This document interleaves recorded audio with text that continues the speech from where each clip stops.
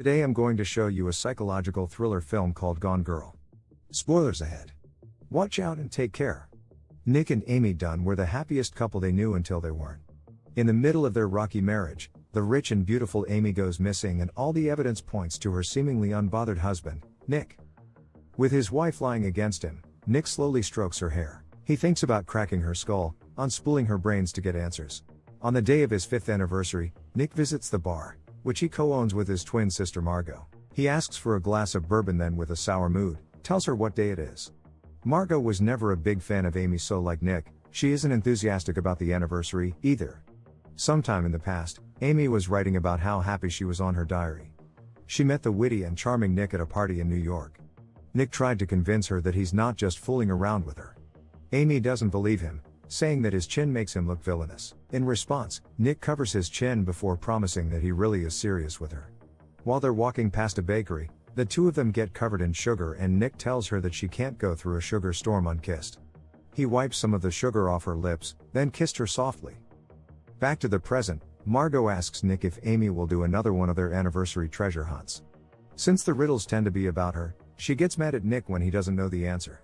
He then receives a call from his neighbor, informing him that his cat is outside their house. This prompts him to go home to bring the cat back in.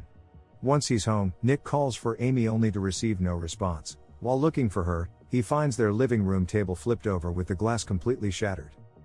When Detective Rhonda Boney and Officer James Gilpin arrive, they start their investigation immediately.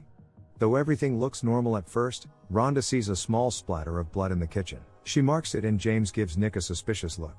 They then go to Amy's office next, and through the poster there, Rhonda discovers that Amy Elliott Dunn is the main character of the popular children's book, Amazing Amy. In Amy's next diary entry, she wrote about getting married. She and Nick were at her parents' party to celebrate the next installment of the book where Amazing Amy was going to get married. Bitter and jealous, Amy comments about how the book's material was just an improved version of her own inadequacies. As she explains during an interview with a group of reporters, Amazing Amy was always one step ahead of her. To her delight, Nick joined in on the interview to propose. In present day, Nick's brought to the police station for questioning. Despite the increasing crime and drug problems in the city, he appears laid back about his wife's disappearance, even cracking a joke or two. The more Nick gets questioned, the clearer it becomes that he doesn't pay attention to his wife. He doesn't know what she does all day, if she has any friends, or what her blood type is. Rhonda's frustration peaks when she finds out that Nick hasn't even called Amy's parents yet, and she makes him invite them to the press conference tomorrow. In another diary entry, Nick and Amy were 2 years into their marriage. They were happy, marriage didn't feel like work like others said it would. Nick knew her inside out. He could answer her treasure hunt riddle with ease, and he even got her the same present she got him as an anniversary gift. Continuing with the investigation, Rhonda had sent the forensic team over to inspect the Dunn household, leaving Nick to stay the night at Margot's place. A pregnant Noelle Hawthorne approaches Rhonda and she claims to be Amy's best friend. Rhonda's surprised by this and she agrees to meet her later before heading inside the house. They find their first clue in Amy's underwear drawer in the form of a note, literally labeled as Clue 1. During the conference, Nick delivers his plea for the people's help in a stiff and uncaring manner. While the reporters swarm Amy's parents Rand and Mary Beth with questions, Nick is told to stand next to Amy's missing poster and smile. He passively obliges. After the press conference, Rhonda asks Nick about the clue she found in Amy's belongings. Nick knows the answer to the riddle and he takes her to his office in the school he's teaching in. There, Nick finds the second clue while Rhonda spots a pair of red-hot underwear. Nick looks rather troubled and he directs Rhonda's attention back to the clue. The second one mentions a little brown house, which Nick claims he doesn't know. Later that evening, Nick goes to his father's old house. Nobody lives there anymore since his father now spends his days in a nursing home. He finds the third clue there and hides it from Rhonda, who he suspects is following him. Once inside his car, Nick reads the third clue and in his frustration, he curses his wife before hitting the steering wheel. For Amy's next diary entry, she described the recession that left the two of them jobless. While Amy was supportive of Nick, he got upset when he discovered that Amy let her parents take most of her trust fund without telling him. While he ended up assuring her that it was fine, he later used that incident to justify his excessive spending. In the middle of a brewing argument with her, he received a call from Margot about their ailing mother, and from then on, Amy knew that things would only get worse. Nick and Amy moved together to Missouri, but she wondered if he even wanted her with him. She felt alienated in their new home, uninvolved. 2 days after Amy's disappearance, Nick goes to the volunteer center for her. Mary Beth and even Officer James are turned off by how friendly Nick is to the people there. To him, he was just being the polite gentleman that his mother wanted him to be, but to them, he was behaving as if nothing was wrong. When Rhonda asks him about Noelle Hawthorne, Nick says he doesn't know who she is. He then spots Desi Collings, Amy's ex-boyfriend, and tries to follow him only to get stopped by a woman. She takes a photo with him and Nick puts on a fake smile before asking her to delete it. She refuses to listen and, in her annoyance, walks away from him. Things start looking bad for Nick. Rhonda's team can't find the expensive purchases Nick supposedly made in their house, and the media is attacking Nick for his smiling photos. While he's starting to unwind in Margot's couch, he receives an unexpected visit from his student, Andy. The two of them have been having an affair, and Andy even mentions that Nick promised to get a divorce with Amy. He tells her to never speak about it again, and with that, they sleep together. Nick and Amy's marriage was falling apart, and she made that very clear in her diary. He only ever used Amy for release, but beyond that, she didn't exist to him. When she suggested that it may be time for them to have a baby, Nick got angry. Their argument kept escalating until it turned violent. Nick cursed Amy out and pushed her hard, making her fall down and hit her head against the stairs post. As the investigation for the Gone Girl continues, Rhonda and James meet up with a dealer named Jason who recognizes Amy's photo.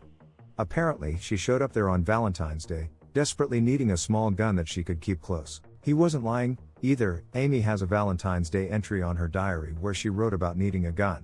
She believed that Nick truly wanted to get rid of her, and that the only thing stopping him was her money. The next morning comes, and when Andy takes her leave, Margot lashes out on Nick. He tries to defend his choices by bringing up how terrible Amy made him feel, but Margot doesn't want to hear it. Instead, she shows Nick how much the TV host Ellen Abbott is already tearing him apart for his abnormal and supposedly sociopathic behavior amidst his wife's disappearance. A vigil is held for Amy later that night. Nick gives a more convincing speech this time around, professing his love for his beautiful wife, which upsets Andy. Noelle interrupts his speech and demands Nick to tell everyone what he did to his pregnant wife. Amy's pregnancy comes as a surprise to everyone, and Nick is forced to leave the vigil. Back in his home, the first thing Rhonda does is ask Nick if he knew his wife was pregnant. When Nick denied the very notion, Rhonda proceeds to show him how tight the noose around his neck is. Their kitchen passed the luminol test with flying colors, indicating that Amy lost a lot of blood there and someone tried to clean it up.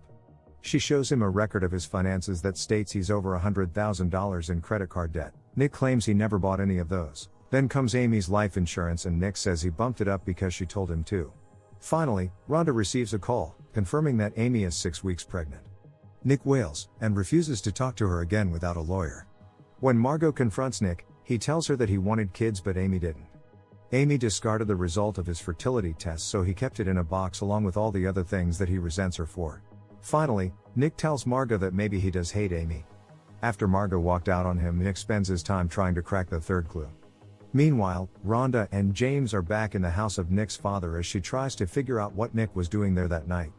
Finally, Nick deciphers the clue and he heads straight for Margot's woodshed, where all of his alleged purchases are stored. Rhonda, on the other hand, discovers Amy's lightly burned diary stashed inside the furnace. And on the very last page of the diary, Amy had written that the man of her dreams, the father of her child, may truly kill her. On the day she went missing, Amy left town with her new car, thinking about how much happier she was now that she's dead. Before disappearing, she read books, watched documentaries. Amy befriended Noelle and fed her fabricated stories of a volatile and temperamental Nick. Then, she took a sample of Noelle's urine so she can add pregnancy to her medical records. The credit card debt, the maxed out life insurance, the profuse bleeding on the kitchen floor, the half-baked cleaning that came after it, and the half-true entries to the diary, they were all Amy's doing. It was her vengeance for the way Nick reduced her into nothing, for getting lazy and becoming someone she didn't agree to marry, and for cheating on her. Now, all that's left for Amy is to drown herself in a river for everyone to find, and convict Nick with her murder. As for Nick, he seeks legal counsel from Tanner Bolt. He's a very expensive lawyer who once defended Nick from Ellen Abbott, and in turn, Ellen called him the patron saint of wife killers. He agrees to help Nick out, and advises him to get other people on their side to change the public's rose-tinted perception of Amy. Nick arranges a meeting with Tommy O'Hara, Amy's ex-boyfriend. Tommy says that Amy accused him of forcing himself on her. He gave her some space until one night, Amy showed up to roughly but consensually sleep with him. Then the next day, cops showed up at Tommy's door. Amy had wounds consistent with her claims and Tommy was forced to plead down. While he didn't serve jail time, he's been unemployed since then and he's had to register himself as a predator. Through Tommy's anecdote, Nick sees what could happen to him if he lets Amy win, and with her track record, she's sure to get away with it if he doesn't do something. After speaking with Tommy, Nick heads over to Amy's other ex, Desi. She told him that she had to file a restraining order against him, and Nick tries to get Desi's side of the story. Even after all this time, he's still faithful to Amy. Desi gives Nick nothing, and leaves without another word. While in hiding, Amy gave herself a bruise with a hammer so she can play the part of a battered spouse in hiding. She stays in a small resort, and there, she befriends Greta and Jeff. Amy revels in Ellen Abbott slandering Nick on cable television, and she revels in the fact that Missouri has the death penalty. In her joy, she makes an anonymous call to the police about suspicious activity near Margot's woodshed. When Tanner arrives in Missouri, Nick gives him a rundown of everything that happened. After much consideration, Tanner convinces Nick to go on live television and come forward with his infidelity. He says that people can sympathize with a jerk who admits he's wrong, and at the moment, nothing's more important than getting the public on Nick's side. Nick, however, has a different idea. What if he only needs to reach one person? As for Amy, she ends up getting robbed by Greta and Jeff. Without any money left, Amy is forced to meet with Desi. Though it's already been years since the two of them have been together, Desi remains unyieldingly loyal to her. As the two begin to leave, the news starts playing. Andy is in a press conference with Amy's parents, and she admits to her affair with Nick. Mary Beth publicly disowns him as her son-in-law before announcing that she and her husband definitely believe that he has a part in Amy's disappearance. Since Andy had beat them to it, Nick's team is in a pinch. Tanner tries to call the whole thing off, but Nick promises he has this under control. At his insistence, they proceed with the interview. The night Nick's interview airs, Amy is in Desi's lake house and she watches the television like a hawk. Nick admits that before he met Amy, he was just a mediocre guy who pretended to be someone better, someone that she would like, and these are the words that Amy wants to hear. Her eyes widen as Nick says he's taken himself to the woodshed for the way he's treated her. He begs her to come home, and if she does, he promises to be the man he promised her he would be. Nick covers his chin when he tells her that he loves her, just like he did in the beginning. Just as they anticipated, Nick's interview completely transformed the public's opinion of him. They went from hating him to loving him. But before they could celebrate, sirens blare from the distance and Rhonda shows up with a warrant to search Margot's shed. While Rhonda has repeatedly given Nick the benefit of the doubt, seeing all the items in the woodshed was the last straw for her. The police take Margot in, but Tanner assures Nick that they're only doing that to mess with him. Since there's no body and murder weapon, Tanner remains confident in their case. The tide quickly changes, however, when Rhonda brings Nick in for questioning. With Amy's diary and a murder weapon found in his fireplace, Nick is charged for the murder of his wife. His imprisonment doesn't last long though. Thanks to Tanner, Nick's out on bond and he can stay at home to prepare for the trial. At this point, Nick is unfazed by the mobs coming after him. He maintains a steely look on his face and dares Amy to come home. Meanwhile, Amy has successfully planted the seeds of her escape. She's starting to look more like the old her, and Desi is hopelessly enamored. The morning before he goes to work, she kisses him hard until his lips bleed before tousling his shirt. As Desi leaves with his disheveled look caught in the security cameras, Amy goes on to soak the end of her nightgown in red wine. Without missing a beat, she crawls over to the door and begins wailing, looking as if she's been roughly assaulted while everything's being recorded. That evening, Amy puts on a seductive and needy act while she welcomes Desi home, and rushes him to sleep with her. She tells him to go hard, and while he's lost in pure bliss, she slashes Desi across his throat with a box cutter. She lets his blood pour all over her, then wrestles him with ease, mounting him and restraining him until he's dead. On the 30th day of his wife's disappearance, Nick wakes to the sound of a car pulling over in front of his house. He goes to check it out, and there she is, amazing Amy in all her bloody glory. Nick could only look at her in disbelief, but once she's close enough, he curses her before she dramatically falls to his arms with the media surrounding them. Amy is admitted to a hospital to get checked for her condition. Now that Rhonda knows Nick didn't kill his wife, her suspicion has fully shifted to Amy. Neither she nor Nick believes a lick of her story. Amy claims that Desi kidnapped her and kept her in his lake house, using her endlessly until she escaped. Rhonda tries to point out the inconsistencies in the entire narrative, but everyone dismisses her, preferring to focus on Amy's story and Amy's story alone. Once they're back home, Amy makes Nick shower with her to make sure that he isn't wired. She demands to have the same Nick who begged her to save his life on national television, and when Nick promises to leave, she reminds him that everyone will destroy him if he does. In the end, she tells Nick to sleep on his decision, and upon hearing those words, the hope and energy drains from Nick's face. He obliges. Amy reigns victorious as America's sweetheart once again. She has the media eating out of the palm of her hands, and Nick, Margot, and Rhonda couldn't be any more displeased. Since he's not at risk anymore, Tanner leaves and Nick tries to convince Rhonda to pursue the case. As much as Rhonda wants to, it's no longer in her hands. 7 weeks into Amy's return, Nick is forced to welcome Ellen Abbott into his home. Despite all the dirt she smeared on his name, she remains flippant about it, justifying that she simply goes where the story goes without apologizing once. Ever the gentleman, Nick maintains his composure and he simply goes to find Amy upstairs. This is when Amy drops the next bombshell on him. She's pregnant with his child. She used Nick's sperm sample from the fertility clinic and now, she's trapping him with her pregnancy. She promises that if he leaves now, their child will grow to hate Nick out of his own accord. Nick has already reached his limit. He grabs Amy by her face then slams her against the wall. Amy is unfazed, coldly telling him that he only liked himself when he was trying to be someone she could like. She warns him that he will never be happy with any other girl but her. Perturbed, Nick admits that while he did love her, all they ever did was resent each other, try to control each other, and cause each other pain. Amy's response is simple. She tells him, "That's marriage." Nick is left speechless.